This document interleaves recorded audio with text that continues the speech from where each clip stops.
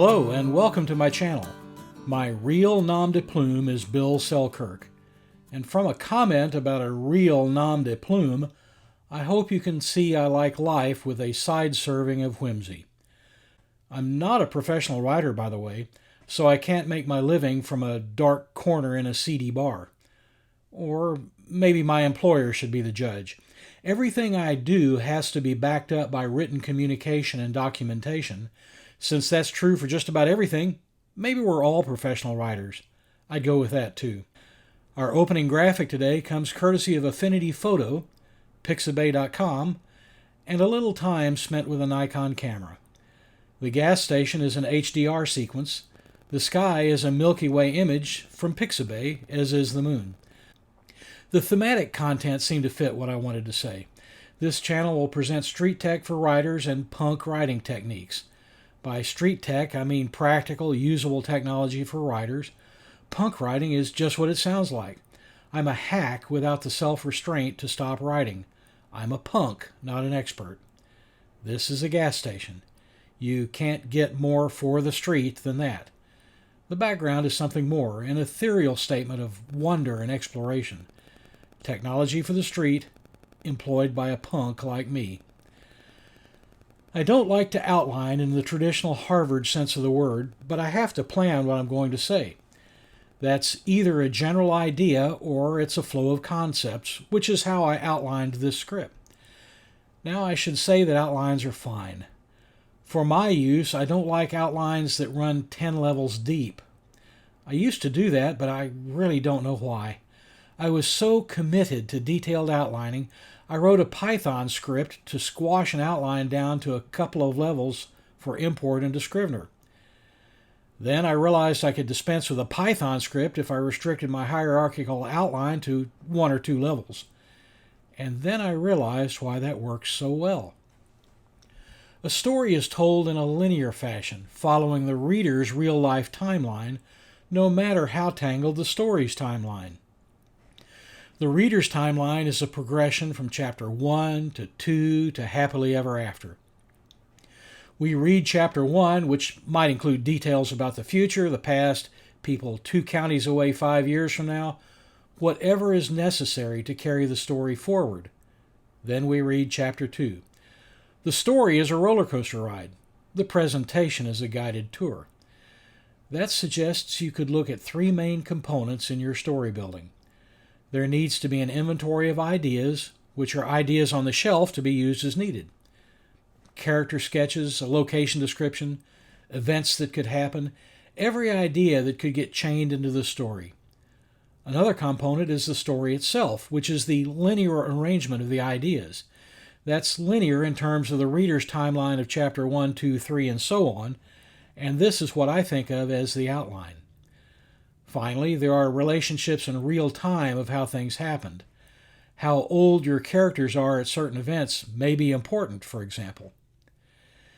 If the outline is going to be linear from the reader's point of view, it doesn't need to have many levels. Maybe 1 level for overall subdivisions of the work, Act 1, 2, and 3, and another level for chapters. You might want 1 level so you could separate your notes within a chapter. You could have a note about what goes on in the main character's plot thread, followed by a note about the evil empire. Beyond that, though, I don't think a deeper hierarchy is helpful. You aren't building an encyclopedia, you're constructing a guided tour. A cruise with stopovers and side tours. If I collate ideas into greater detail in an outline, the outline becomes an organized taxonomy more than a story, and it's trespassing on the turf I like to set aside to the inventory of ideas that supports a story. A story outline, in my view, is really more of a storyboard than a hierarchy of notes. It takes no special software to write an outline, whether a complex 10-level hierarchy or the 2-level storyboard I like. A cheap pen and a few discarded envelopes are sufficient. Or turn on the navigation pane in your word processor and use heading styles to enter your outline topics. Here's an example of outlining in MLL. We create topics with what MLL calls auto titles.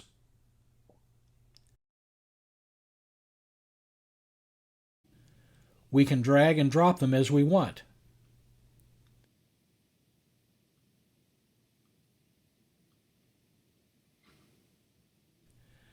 You can do that in many word processors. Scrivener is the king of organization.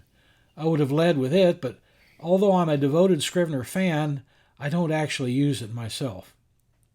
That's no reflection on Scrivener. Better, though, to use software that will let you fold your text by expanding and collapsing topics in your outline, or drag and drop your ideas into alternate orders. Once again, Scrivener is your friend. I like OmniOutliner. Topics can be expanded or collapsed, and the individual notes can be viewed or hidden. You get to choose the detail you're looking at. There's another reason to like OmniOutliner. It allows extra columns. If you don't know how extra columns can be used in an outline, I have a suggestion, but more on that in a minute.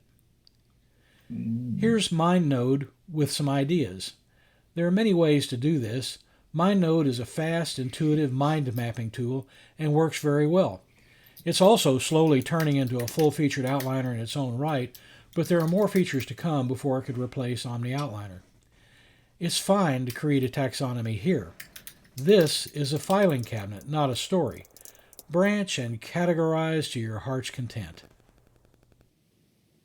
Now let's outline a story from that inventory. This is a dead story idea, so my outline sort of petered out after the opening scenes. This outline is in OmniOutliner from OmniGroup. Great tool. We can add topics and subtopics. Promote and demote with command left and right bracket. Notes are entered with command single quote. It's a very fluid way to create an outline. But what about a timeline? This is surely going to be a pain in the sit-down. Why mince words? This is a painful step. Except I've held something back. I haven't shown you the full outline we've been working with. We have extra columns. I've named them things like arc, start, stop, observers, participants, and so on. Filling out these columns is far quicker than writing the outline, and look what we can do. First, we export to comma-separated values format. Then we create a new timeline in Aeon Timeline. Now we import the CSV data.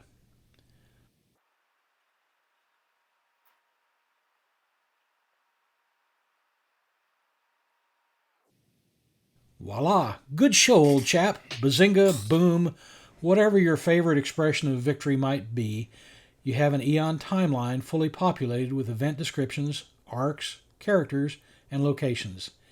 Aeon's grid is filled out. No additional work. Thanks for watching. I hope this short essay has provided food for thought.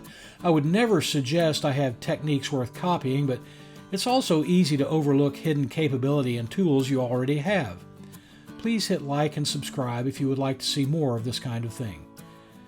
And if you want to dance the story electric, what are you doing here? Get over to William Gallagher's 58 Keys, where a true raconteur errant holds court with authority and sublime wit. He's published, he's a renowned scriptwriter, and if you haven't guessed it by now, this video is my way of hooting an appreciation from the peanut gallery. I'm not sure what we'll dive into next. DevonThink is an interesting tool that manages my personal records, keeps paperwork for the nonprofit corporation I serve as treasurer, and has hidden possibility for yet another outlining style. I hope you'll join me. Have a great day.